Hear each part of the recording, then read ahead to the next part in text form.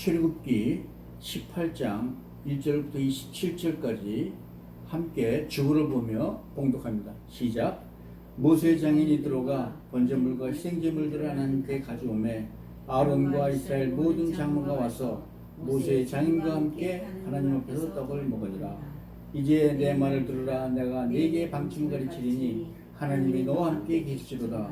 너는 하나님 앞에서 그 백성을 위하여 그 사건들을 하나님께 가져오며 그들에게 율례와 법들을 가르쳐서 마땅히 갈 길과 할 일을 그들에게 보이고 너는 또 온 백성 가운데 능력 있는 사람들 곧 하나님을 두려워하며 진실하며 불의한 이익을 미워하는 자를 살펴서 백성 위에 세워 천부장과 백부장과 오십부장과 십부장을 삼아 그들이 때를 따라 백성들을 재판하게 하라. 큰 일은 모두 네게 가져갈 것이요 작은 일은 모두 그들이 스스로 재판할 것이니 그리하면 그들이 너와 함께 담당할 것인즉 일이 내게 쉬우리라. 이에 모세가 자기 장인의 말을 듣고 그 모든 말대로 하여. 아멘. 아멘. 할렐루야. 오늘은 르비딤에서 벌어진 일 세 번째 날로 이스라엘과 광야 교회에 관한 말씀을 함께 나누도록 하겠습니다. 이산 가족이라는 것 기억하시죠? 이산 가족의 개회는 참으로 감격스러운 사건이죠. 그런데 사실 이런 변화는 언제나 인생의 새로운 전환점으로 자리를 잡죠. 그런데 사실 모세도 이스라엘 백성들의 해방을 위해 애국으로 떠났던 이산 가족이었어요. 모세는 그 가족들을 장인의 집에 맡기고 바로왕과 겨루기 위해 형 아론과 함께 애국으로 떠났었던 거죠. 그리고 출애굽한 모세와 이스라엘은 홍해를 건너 신광야를 거쳐 지금 르비딤 골짜기에서 잠시 멈춰섰어요. 이는 시내산에서 하나님의 율법을 받기 위한 마지막 영적 준비가 필요했던 시점이 되었던 것이죠. 오늘은 지난주에 이어 이 르비딤 골짜기에서 벌어지는 세 번째 사건에 관한 말씀이에요. 이제 막 아말렉과의 전쟁에서 여호와 니시 승리 제단을 쌓은 모세에게 뜻밖의 기쁨이 찾아옵니다. 장인 이드로가 모세 아내 십브라와 두 아들 게르솜과 엘리에셀과 함께 이곳으로 직접 찾아온 거예요. 하나님은 이 만남을 통해 이스라엘 공동체가 신앙 공동체로 바뀌는 광야 교세의 모습을 보여주십니다. 오늘의 본문은 모세 장인 이드로가 광야에서 백성들을 추스리고 있는 모세에게 충고하는 내용이에요. 여기에는 하나님이 기뻐하시는 신령한 질서와 조직 그리고 영적인 관계의 원리가 숨어 있어요. 오늘은 모세 장인 이드로와의 대화를 통해 교회가 세워지는 몇 가지 영적인 원리를 알아보지요. 말씀을 통해 우리 교회가 더욱더 건강한 주님의 몸으로 세워질 수 있도록 주 이름으로 축복드립니다. 첫 번째, 교회의 시작은 하나님의 구원과 그 은혜의 나눔에 대한 고백으로부터 출발한다는 거예요. 본문 1절과 12절은 장인 이드로가 모세와 찾아와서 제외하는 장면이에요. 출애굽기 4장을 보면 모세가 애굽왕 바로 단판 짓기에 길을 떠나던 중에 하나님의 계시가 되는 아내 십브라와 피난편 사건으로 인해 가족들은 처에 남겨놓고 홀로 떠나는 장면이 나오죠.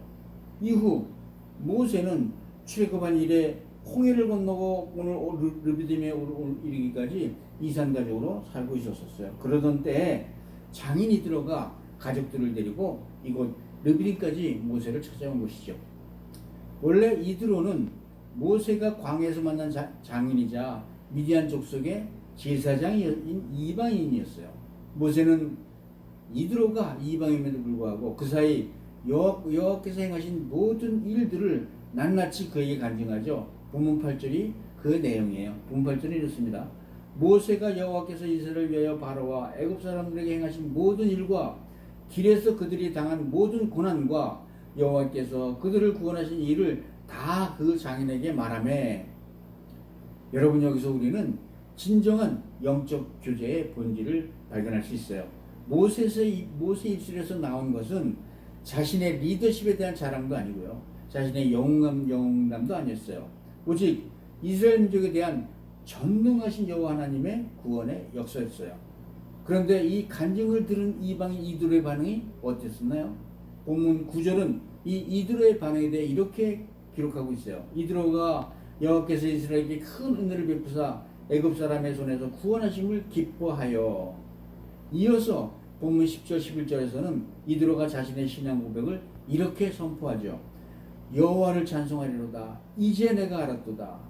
여호와는 모든 신보다 크심으로 이스라엘에게 교만하게 행하는 그들을 이기셨도다.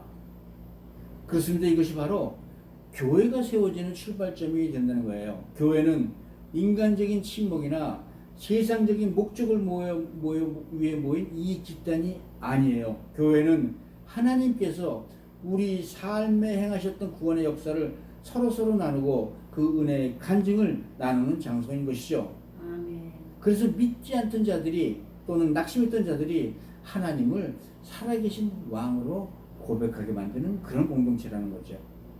그런데 이드로는 그 고백에서 멈추지 않았어요. 교회는 놀랍게도 이드로는 이 고백에 이어서 모든 사람을 불러 모아 제사를 드려요. 우리 12절 함께 읽습니다. 12절 시작. 모세의 장인 이드로가 번제물과 희생제물을 하나님께 가져오매 아론과 이스라엘의 모든 장로가 와서 모세 장인과 함께 하나님 앞에서 떡을 먹으니라. 아멘. 그렇습니다. 이 구원의 기쁨과 은혜의 간증이 하나님께 영광을 올리는 예배로 마무리되는 곳이 교회라는 거예요. 우리가 주 이름으로 모일 때나 나를 죄에서 구원하신 그리스도의 십자가 은혜가 선포돼야 되는 그런 이유가 되는 것이죠. 그런 은혜의 나눔이 있을 때 이방인들이 또 불신자들이 영적으로 거듭나는 역사가 일어난다는 것입니다. 그러므로 하나님을 향한 찬양과 경배가 이 예배를 통해 진정한 신앙 공동체로 든든히 세워져 나가는 것이 교회라는 것이죠. 교회는 이렇게 하나님의 구원의 은혜를 함께 나누고 예배하는 공동체적인 고백으로부터 시작하는 줄로 믿습니다. 둘째, 교회는 영웅 한 사람이 세울 수 있는 공동체가 아니라는 거예요. 이드로는 이스라엘부터 모세의 일상을 자세히 관찰합니다. 그러던 중에 이드로는 길게 줄을 늘어선 사람들이 자기 차례를 기다리는 신기한 현상을 목격하죠. 본문 13절 이하를 보면 모세는 아침부터 저녁까지 백성들을 재판하기 위해 홀로 재판석 위에 앉아 있었고 이스라엘 백성들은 그 무더운 광야에서 자기 차례를 기다리면서 모세 주변에 길게 줄을 서 있었어요. 수백만 명의 인구가 모인 공동체이니만큼 얼마나 많은 분쟁과 갈등 그리고 질문이 많았겠어요. 이웃 간의 다툼, 재산 문제, 가정 문제 등 수많은 말다툼부터 폭행, 살인 등 중대한 문제에 이르기까지 모든 짐이 오직 모세 한 사람의 어깨 위에 지어져 있었다는 뜻이죠. 문제가 생긴 백성들이나 하나님의 뜻을 물어야 할 때 오직 모세 한 사람만이 재판관인 그런 상황이었어요. 여기서 이드로의 놀라운 통찰력이, 영적 통찰력이 나타나죠. 이드로는 이를 당연하게 여기던 모세에게 본문 17절 18절에서 단호하게 권고해요. 함께 읽습니다. 모세의 장인이 그에게 이르되 내가 하는 것이 옳지 못하도다. 너와 또 너와 함께한 이 백성이 필경 기력이 쇠하리니 이 일이 내게 너무 중함이라. 내가 혼자 할 수 없으리라. 여기서 옳지 못하다는 표현은 히브리어로 로토브, 영어로는 노구입니다.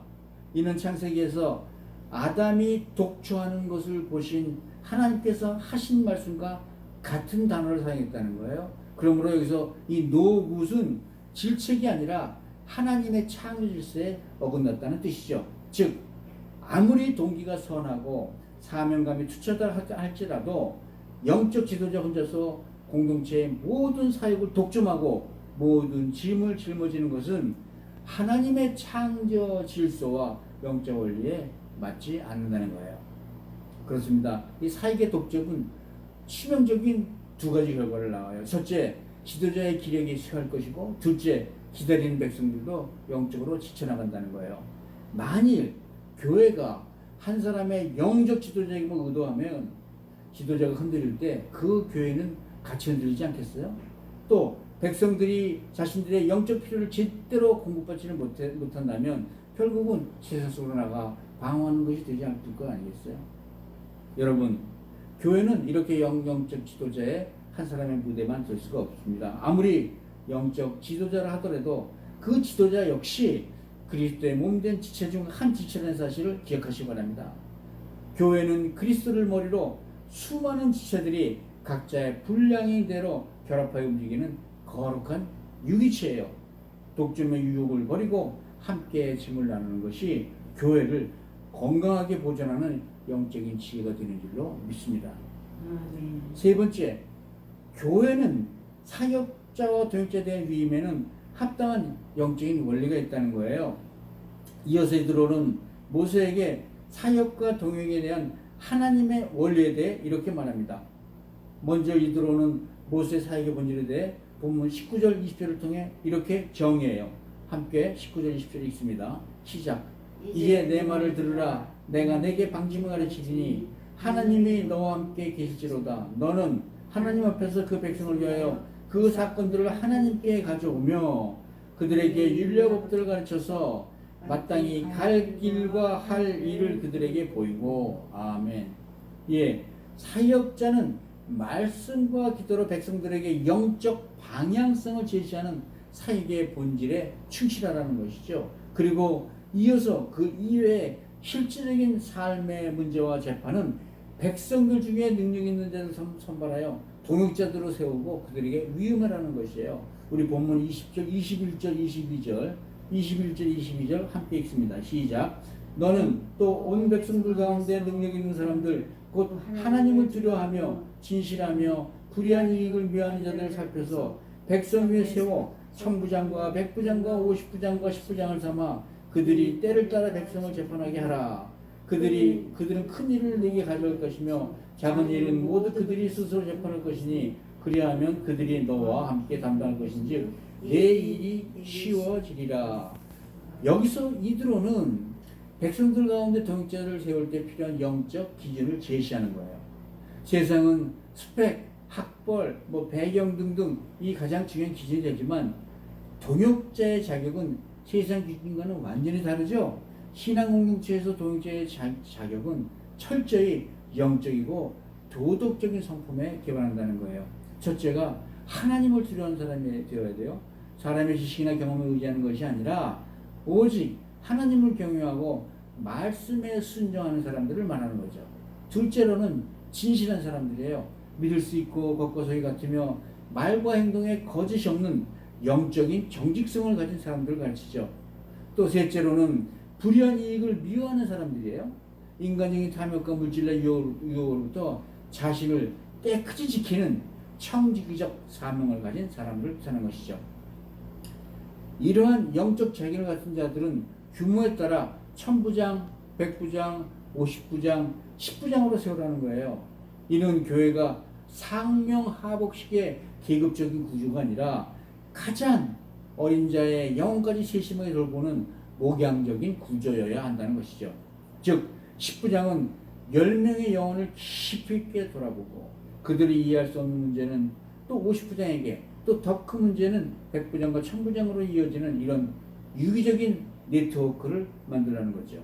이러한 유기적인 네트워크에 대해 로마서 12장에서는 이렇게 말하죠. 이와 같이 우리 많은 사람이 그리스도 안에서 한 몸이 되어 서로 지체가 되었느니라. 몸은 하나인데 많은 지체가 있고 몸의 지체가 많으나 한 몸인 같이 그리스도도 그러하니라. 아멘. 그러므로 교회는 대그룹 예배를 통해 그리스도의 임재를 경험하고 또 소그룹 모임을 통해 성도들이 그리스도의 사랑 안에서 구체적인 삶이 목양되고 치료받도록 각각 촘촘하게 연결되어야 하는 것이죠. 성경은 베드로 4장 15장 16절에서 이렇게 말씀해요. 오직 사랑 안에서 참된 것을 하여 범사에 그리스도까지 자랄지라. 그는 머리니 곧 그리스도라. 그에게서 온몸이 각마디를 통하여 도움을 받음으로 연결되고 결합되어 각 지체의 분량대로 역사하여 그 몸을 자라게 하며 사랑 안에서 스스로 세우느니라. 아멘. 각각 성도들마다 각자의 처소에서 영혼들을 돌보는 1000부장, 100부장, 50부장과 10부장의 사명을 감당할 때 비로소 교회는 세상의 거센 풍파 속에서도 흔들리지 않는 사랑의 공동체가 될 줄로 믿습니다. 마지막으로 네 번째, 교회는 고뇌에 대한 즉각적인 실행으로 세워진다는 거예요. 권위에 대한 순종과 이에 대한 즉각적인 실행으로 세워진다는 것이죠. 본문 24절은 매우 감동적인 전환점을 보여줍니다. 함께 읽습니다. 24절 시작. 이에 모세가 장인의 말을 듣고 그 모든 말대로 하여. 아멘. 여러분, 모세가 누굽니까? 그는 시내산에서 여호와 하나님과 대면하고 대화하던 위대한 이스라엘의 최고 지도자였어요. 이스라엘 민족이 해방되었고 수많은 기사와 이적을 행했던 영적 거인이었어요. 반면에 이드로는 미디안 광야에서 양치게 하던 이방인 제사장이며 나이 많은 노인에 불과하죠. 만일 모세가 영적으로 교만했다면 그는 이들의 이 모든 지시를 과연 받아들일 수 있었을까요? 그러나 모세는 영적으로 깨어있던 사람이에요. 그는 장인의 입을 통하여 전해지는 하나님의 메시지를 들을 수가 있었어요. 모세는 장인이 좋으니 부질없는 이방인의 한 도전이 아니라 이스라엘 공동체를 살리시려는 하나님의 배려이자 지혜임을 깨달았던 것이죠. 그리고 모세는 즉시 장인의 말대로 백성 중에 1000부장과 100부장과 50부장과 10부장을 세워요. 도역자들에게는 백성들의 작은 일을 맡기고 모세 자신은 본질적인 사역에 집중할 수 있었던 거죠. 이에 이드로는 23절에서 마지막 조언을 잊지 않죠. 제가 읽습니다. 만일 내가 이 일을 하고 하나님께도 내게 허락하시면 내가 이 일을 감당하고 이 모든 백성들도 자기 곳으로 평안히 가리라. 그렇습니다. 이드로는 더 이상 미디안의 한 제사장으로 남아있을 수 없었어요. 그는 모든 이방 민족들에게 복음을 전하시려는 하나님의 이방 선교의 한 예표가 되었던 것이죠. 그러면 장인 이드로의 조언을 하나님 뜻을 받아들인 그 결과는 어떻게 됐을까요? 드디어 광야 교회 안에는 거룩한 하나님의 교회가 질서가 잡혀가기 시작해요. 모세는 말씀을 더 깊이 받아 백성들에게 하나님의 뜻을 알리는데 더 전력할 수 있게 되었고, 위임받은 도역자들은 사역과의 기쁨과 보람을 모세와 함께 누렸어요. 백성들 역시 오랜 기다림 없이 공의로운 판결과 돌봄을 받게 된 것이죠. 결국 지도자도 살고 일꾼도 살고 성도도 살아가는 상생과 평안의 역사가 이 순종을 통해 완성된 거예요. 이로써 이스라엘 공동체 전체가 신앙 공동체로서 안정을 찾고 평안을 누리게 되었지요. 이제 시내산으로 들어가 하나님의 율법을 받을 영적인 준비가 드디어 교회의 형태로 이루어진 것이죠. 성도 여러분, 교회는 온 공동체가 선포된 하나님의 지혜 앞에 겸손히 순종하고 실행할 때 완성돼요. 아무리 좋은 제도와 경험과 관습이 있어도 항상 새롭게 영적인 깨달음이 없다면 이 교회는 제대로 쓸 수 없다는 거예요. 모세는 이방인에게서도 하나님의 마음을 깨달았어요. 내 경험, 내 지식, 내 전통만 주장하다가는 하나님의 이런 새로운 창조 질서는 우리 안에 임할 수 없게 되는 것이죠. 모세처럼 하나님의 지혜 앞에 무릎을 꿇는 겸손과 이를 즉각 실천해 나가는 결단이 있을 때 정말 유기적이고도 역동적인 천국 공동체가 이루어지는 줄로 믿습니다. 광야 같은 세상살에서도 항상 하나님의 지혜 앞에 순종해 나가는 우리 모두가 되시기를 주 이름으로 축복드립니다. 이제 말씀을 맺죠. 사랑하는 성도 여러분, 오늘의 말씀은 광야길을 나선 이스라엘 공동체 주시는 하나님의 거룩한 교회 건축의 한 도면이에요. 하나님께서는 오늘날 오늘 우리에게도 동일한 이런 교회의 모습을 원하시죠. 첫째, 우리 안에 날마다 구원의 감격과 은혜의 간증들이 넘쳐나기를 원하세요. 둘째, 교회가 한 영웅의 독점이 아니라 건강한 도역자들과 함께 짐을 나눠주기를 원하신다는 것이죠. 나아가 하나님을 두려워하고 진실하며 불의한 돈을 미워하는 평신도 여러분을 교회가 부르고 있다는 사실을 기억하시기 바랍니다. 하나님의 지혜와 영적 권위 앞에 순종하여 말씀대로 실천하여 살아있는 교회를 이루시기를 주 이름으로 축복드립니다. 아멘. 그리하면 우리의 대장 되신 그리스도께서 성령의 은사로 그리스도의 몸된 교회를 세워주실 줄로 믿습니다. 우리의 교회가 그리스도의 사랑이 넘치는 주님의 몸된 교회로 세상에서 방황하는 수많은 영혼들이 쉼을 얻고 새롭게 거듭나는 하나님의 진실한 교회가 되기를 주 예수 그리스도 이름으로 축복드립니다.